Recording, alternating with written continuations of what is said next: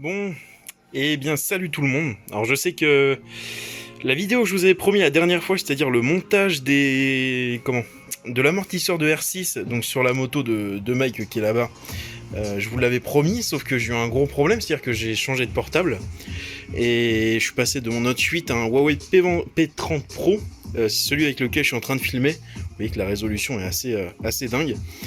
Et donc en fait j'ai perdu tous mes rushs dans le changement de portable. Donc ça fait un petit peu chier quand même. Hein. Pour ça que là je vous reprends avec la continuité de ma prépa sur la phaser. Alors petite coupure, pendant le montage je me suis aperçu d'un truc, c'est que j'avais complètement oublié de vous préciser qu'en fait j'ai 3 motos en ce moment. Alors j'ai ma phaser, la classique, la bien, la nickel. J'ai la XS 750, la Yamaha XS 750 de 1977. Et on m'avait amené une troisième moto, donc on m'avait amené une phaser que je devais faire une prépa scrambler dessus. En fait, ce qui s'est passé, c'est que cette moto, je l'ai rachetée à son propriétaire et je vais faire une prépa pour moi. Donc c'est-à-dire que en plus de mes 2 autres motos, j'en ai maintenant une troisième. Donc j'en suis à ma troisième phaser maintenant. Et je suis en train de faire une petite prépa qui a fait ressort dessus. Donc je vais essayer de vous faire des petits vlogs, des petites vidéos sympas comme ça, où je vous emmène faire de la mécanique avec moi tout simplement. Et comme ça, vous allez pouvoir suivre un petit peu l'évolution du café racer. Voilà. Donc là, on va entamer la prépa et tout de suite la peinture moteur. Je vous laisse retourner à la vidéo. Alors là, je fais pas du grand travail de carrosserie, mais j'ai chopé de la peinture haute température chez Action. J'ai pas peur de le dire. Hein. Franchement, c'est de la peinture haute température. Ça vaut 2,30 € la bombe.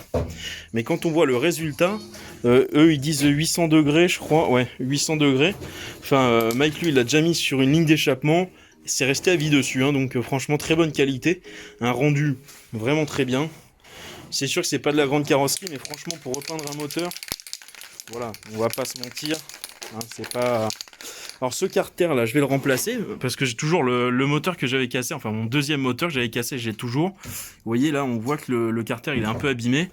Et le carter d'allumage, lui carrément, pas difficile. Voilà, ici il a un bon gros pet et c'est carrément fendu à l'intérieur. Donc ça c'est pareil, je vais le prendre sur mon moteur d'avance. Voilà. Donc on va continuer à peindre ça tranquillou. Le bouchon, je le peins aussi, tout simplement parce que lui, je vais le remplacer par un bouchon en inox. Donc voilà, pour l'instant, ça me sert vraiment juste à à cacher, en fait, tout simplement. Je sais pas si je vous avais montré ça aussi, un petit tatouage sympa que je me suis fait il y a quelques mois. Mais bon, je vous avez toujours pas montré. Allez.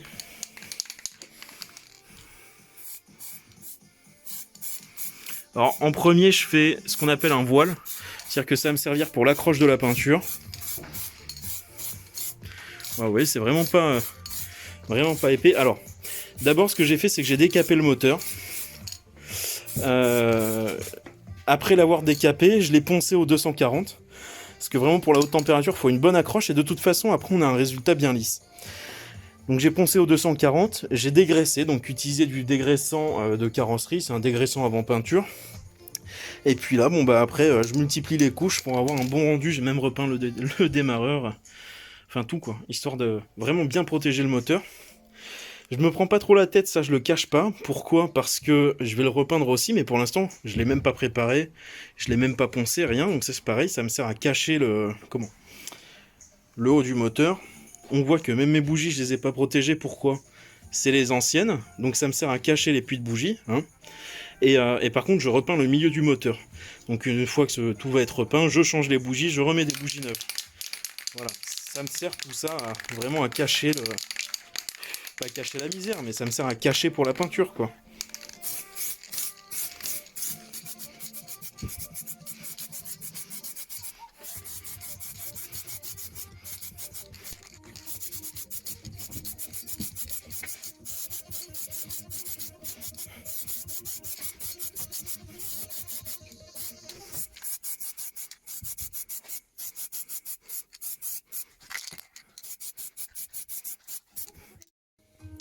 Alors là, regardez, ça c'est avant, donc rouillé, dégueu, et ça c'est après.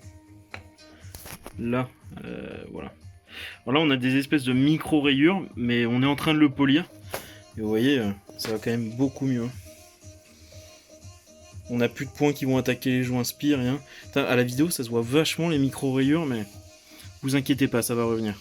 Non, mais Enfin bon, quand même, c'est vachement mieux comme ça. Hein. Pour faire ça, du coup, on utilise... Bah, moi, j'utilise de la pierre d'argent. C'est un truc qui est utilisé en produit ménager, pour tout ce qui est robinet et tout. Mais ça va très très bien pour polir. Je polis les bas de fourche et tout avec. On va vous montrer après, parce que là, ceux-là, ils sont quand même bien mangés. Ça, c'est pareil, on va le rattraper. Bon, c'est nettoyé. Regardez un peu la propreté de ces fourreaux, comme ça brille, là. Là, ça fait plaisir. Alors du coup, avant de les remonter, je vais surtout les vidanger. Alors du coup, mon conseil, c'est de... Moi, je mets une petite bande de caoutchouc dans mon étau pour pas abîmer mon fourreau. Je vais me passer dedans. Tranquillou. Je serre pas trop fort non plus, c'est pas la peine. C'est juste pour le tenir. Je vais mettre ça en sécurité. Ensuite, on dévisse le bouchon. Ici, de façon à décomprimer un peu le ressort. Du coup, je vais faire appel à ma fidèle amie la clé à choc. Parce que moi, le tube est démonté. Mais alors vous, faites le tube monté sur la moto. C'est-à-dire que le T de fourche va venir brider votre tube. Et comme ça, vous allez pouvoir le débloquer. Et moi, vu que j'ai rien... Merde. Vu que j'ai rien qui vient tenir mon tube en fait en rotation, tout simplement, je peux pas le dévisser. Donc du coup, là, clé à choc, ça va me permettre de le débloquer, déjà en premier. Et ensuite, comme ça, j'enlève le bouchon, je vide l'huile.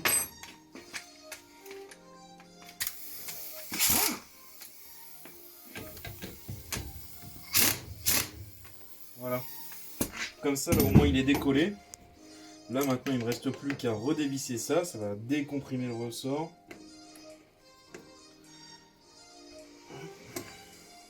Parce que là, en fait, ça, si vous voulez, ça vous comprime le ressort. Donc, ça va forcer sur le bouchon et ça va pas aider pour le dévisser. Là, je suis en train de penser, je vais préparer mon bac à huile.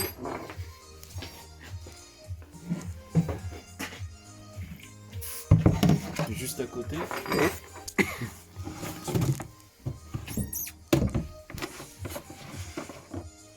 C'est tout simple à vidanger une fourche, franchement, c'est une opération que tout le monde peut faire.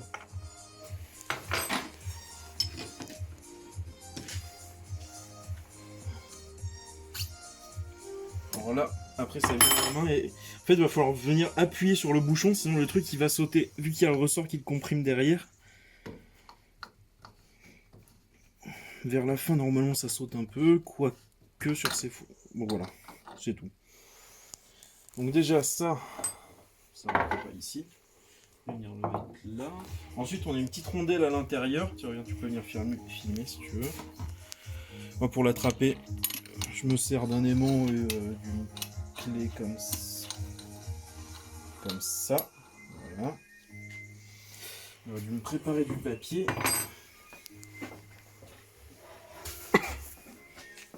Là, comme ça, tout ce qui est en contact avec l'huile ne va pas toucher à saleté.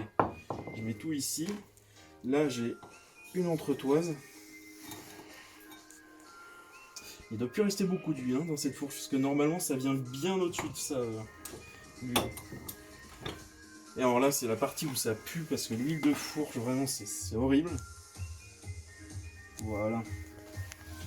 Et je pense qu'un changement, c'était pas du luxe. Hein. La couleur qu'elle a, mec.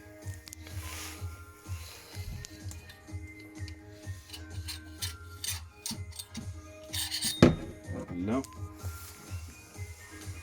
Ça, je vais le laisser s'égoutter un peu. Donc toujours les spires les plus resserrés en haut sur votre ressort de fourche.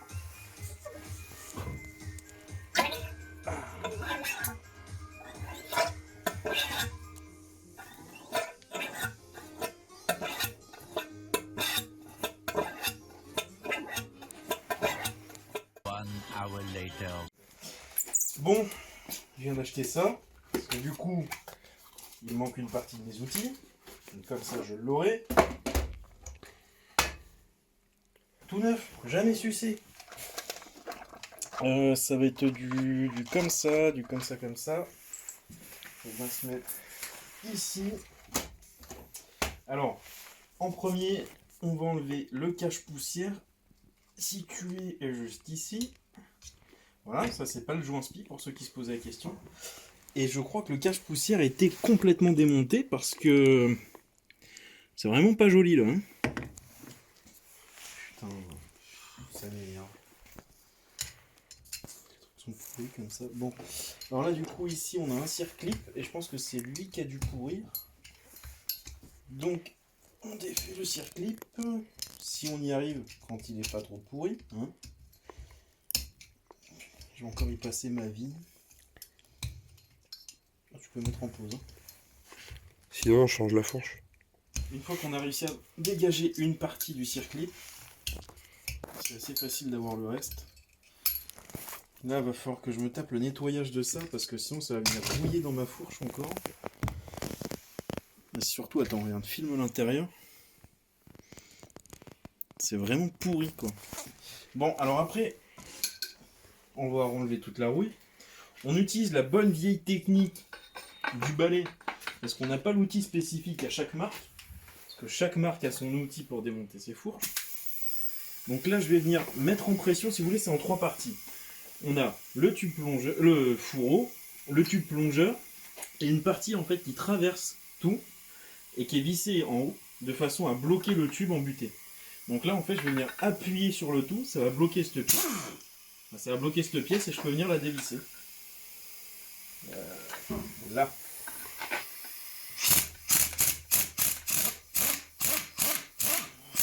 Bon, il a fallu qu'on s'y mette à deux pour appuyer sur le fourreau parce que à cause de l'huile ça glissait dans tous les sens. Là je peux finir à la main. Voilà. Là vous allez voir ce que je vous disais. Voilà. Donc ça, c'est à ne pas perdre. Et ensuite, ce qui nous reste à faire pour enlever le joint-spi, c'est faire un truc que je sais très bien faire. C'est forcer comme un âne.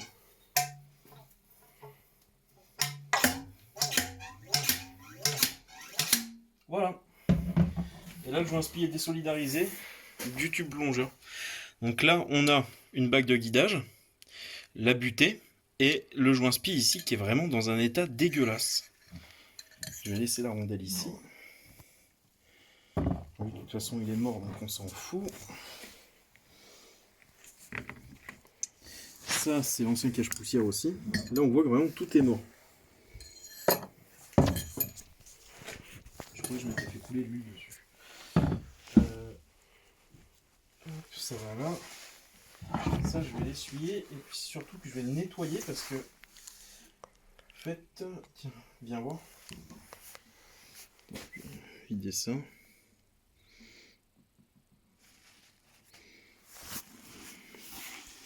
Et en fait, ce qui s'est passé, c'est que le fourreau est en alu.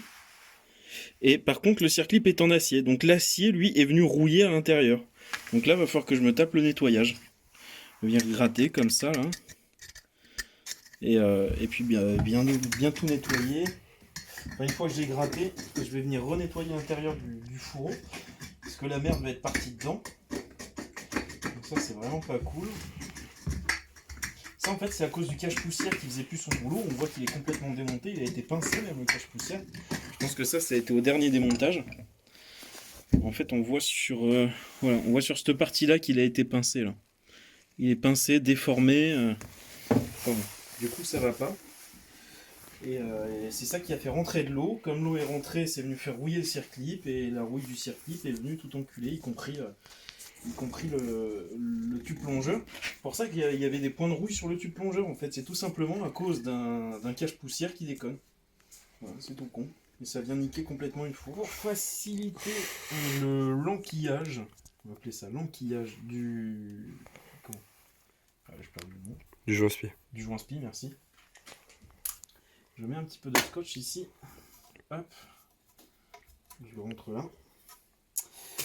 Et comme ça, je vais pouvoir venir enfiler mon joint-spi sans l'abîmer parce que le problème, c'est que les arêtes du tube de fourche sont coupants. Et du coup, ça vient abîmer notre joint-spi.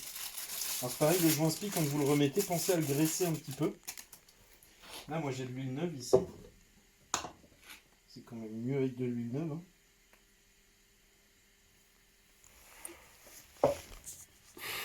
vais en mettre sur l'intérieur de mon joint spi. Hop, et je peux venir réenquiller ça tranquillou.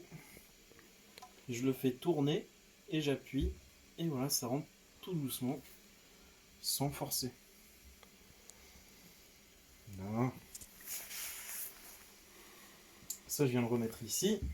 Là, j'ai nettoyé un petit peu ma gorge, mais bon, il y a de la rouille que j'arrive pas à enlever, donc bon, bah, c'est comme ça.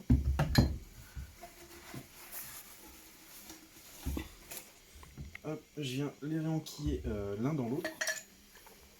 Ici. Moi, je me suis fabriqué un outil.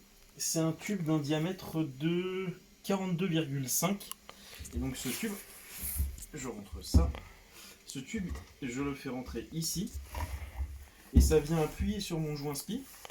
Mais sur toute la circonférence du joint spi. Parce que le problème, c'est que si vous l'enfoncez avec une petite chasse, par exemple, comme ça, votre joint spi, vous allez l'enfoncer à l'envers. Donc moi, c'est un tube de PVC, il fait 42,5 de diamètre. Nickel pour le joint spi, comme ça je tape partout et sans l'abîmer. Et ensuite. Le truc, c'est que je suis en train de foutre de l'huile partout. Hop là. Là, je viens taper.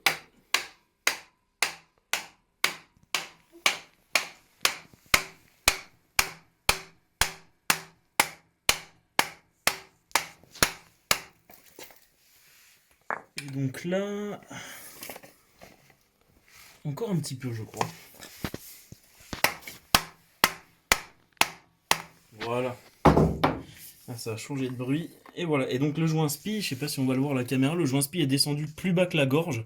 Là où je viens mettre mon circlip, ça veut dire qu'il est à la bonne hauteur. Là, je viens réenquiller ma pièce.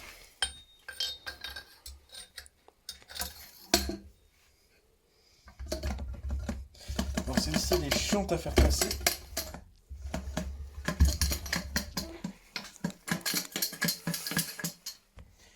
Parce qu'en fait, le problème, c'est que si on l'enquille pas bien, ça vient nous coincer le fourreau en fait en position basse.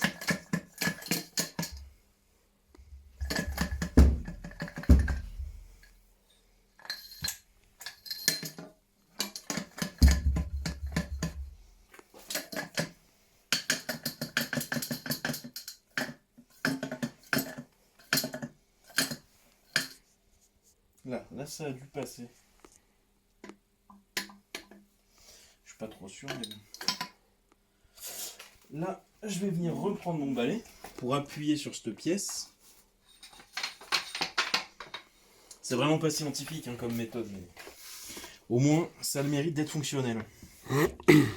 Surtout, ce qui est important aussi, c'est de changer la rondelle en cuivre. Qui est juste là, en fait, ça c'est la rondelle en cuivre qui va venir sur la vis qui est en bas de votre fourreau. Donc si c'est pas bien étanche, le problème c'est que ça va venir fuir. J'en ai déjà fait les frais parce que je voulais économiser une rondelle et du coup j'ai fait des conneries. Parce que j'ai été bon pour revidanger la fourche et rechanger cette rondelle. Là, et alors là il faut vérifier que...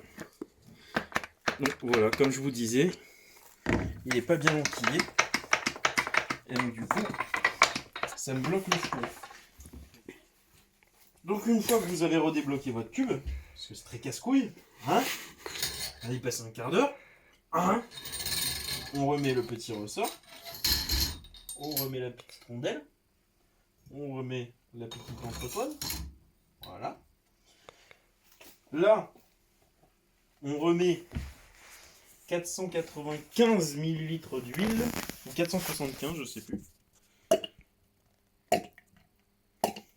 Dans le verre doseur, hein, bien sûr, qu'on utilise aussi pour faire la maïzena dans la cuisine. Comme ça, on fait de la cuisine avec de l'huile de fourche, c'est génial. Là, on est à 475 à peu près. Hein. Hop, entonnoir. Je mets mon huile.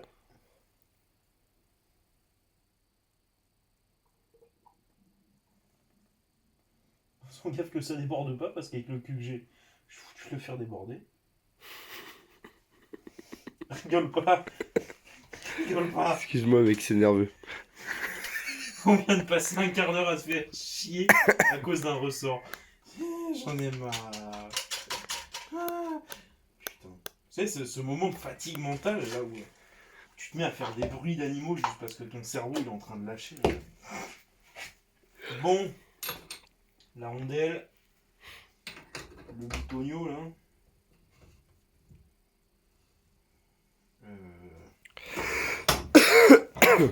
Ah.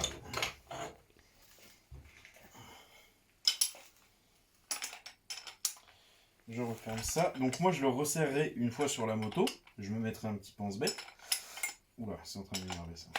Je me mettrai un petit pense-bête pour repenser de resserrer ça sur la moto. Et vous, vous resserrez le bouchon quand les tubes sont resserrés dans l'été. Voilà. Ah merde, j'ai oublié de faire un truc très important. Voilà, donc je viens de faire la connerie que j'allais vous dire de ne pas faire. C'est-à-dire que quand vous mettez votre huile, il y a des bulles d'air qui se forment dans la fourche et tout l'air n'est pas forcément évacué. Ça c'est... On fait des conneries parce qu'on est fatigué après. Voilà. Donc là, Tu m'étonnes. je viens actionner plusieurs fois la fourche de façon à chasser les bulles d'air qui sont coincées entre le fourreau et le tube plongeur. Et ben avec ça, ça va amortir. Alors moi je mets de la 15W dans la fourche. Parce que la fourche d'origine de la Phaser accepte très bien de la 15. Je crois que d'origine c'est de la 5. Et donc en fait plus on monte en indice et plus il sera visqueuse, plus ça va freiner la remontée. Voilà. Là c'est bon. Je remets ma rondelle. Je remets le bouchon. Ce qui m'énerve avec les vidanges, je crois que je l'ai déjà dit 10 fois dans la vidéo, c'est que putain, quand on bosse avec de l'huile, c'est dégueulasse, il y en a partout sur l'établi, quoi, sans déconner, c'est chiant.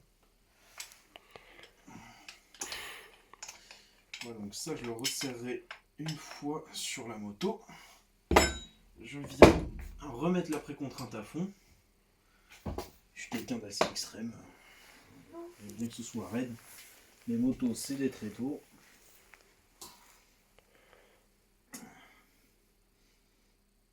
Alors qu'est-ce qu'on n'oublie pas? Le petit cache-poussière, effectivement. Alors là, on va nettoyer la fourche efficacement avec un chiffon imbibé de toutes les merdes traînant dans l'atelier. Voilà. Et là, on cherche à faire un miracle. Voilà. Tu veux que je te la tienne? Je dis comme ça, je peux pas appuyer. Hein.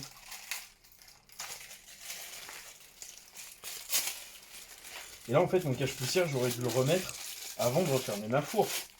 Mais vu que je suis épuisé, que j'en ai plein le cul, que j'en ai marre, qu'il y a de l'huile partout, que mes outils sont dégueulasses.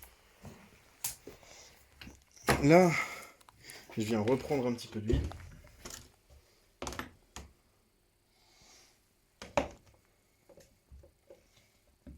Hop. Je viens graisser un peu mon cache-poussière pour qu'il coulisse bien. Là. Et lui, il se remboîte à la main, par contre, il n'y a pas de souci. Là. Et là, on a une bonne fourche toute neuve. Qu'est-ce que je voulais Ranger? Ouais. Ranger avant d'aller manger. Comme ça évite de se refoutre les mains pleines d'huile après manger. J'en ai tellement marre que je passe 10 minutes à enlever un morceau de scotch sur une fourche. Là, donc deux. Voilà. Et là, c'est vachement plus dur que d'origine. Bref. Voilà, donc déjà c'est une bonne avancée aujourd'hui. Parce que le moteur est fini d'être repeint, lui. Il me reste à repeindre le cache-culbu, enfin le cache-arbre-à-cam. Vraiment là, il est dans un état, le truc magique. Ça fait plaisir de voir un moteur de Phaser aussi propre. Qu'est-ce qu'on a fait d'autre? Oui, bah du coup on a rénové les tubes de fourche aussi.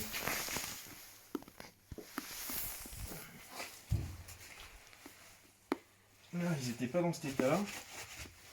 Et ça fait du bien de voir une fourche en bon état, propre et tout, quoi.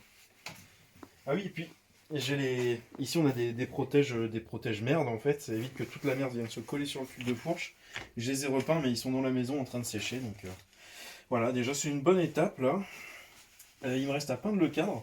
Et dès que le cadre est peint, je pense que je vous fais une autre vidéo. Et on va venir reposer. Ouais. On va venir reposer le moteur dans le cadre. Putain, c'est beau, c'est beau. Voilà, donc ouais, la prochaine vidéo, je pense que ce sera la repose du moteur dans le cadre. Une fois que ça c'est fait, on va venir remonter la fourche, le bras oscillant et les deux roues. Et là déjà on aura une ébauche de moto. Ce sera déjà pas mal. Bon bah écoutez, je pense que ça va être un long vlog, mais bon, il y a des fois ça fait du bien. Moi je vous dis à la prochaine, et puis bonne soirée à tous et bonne année.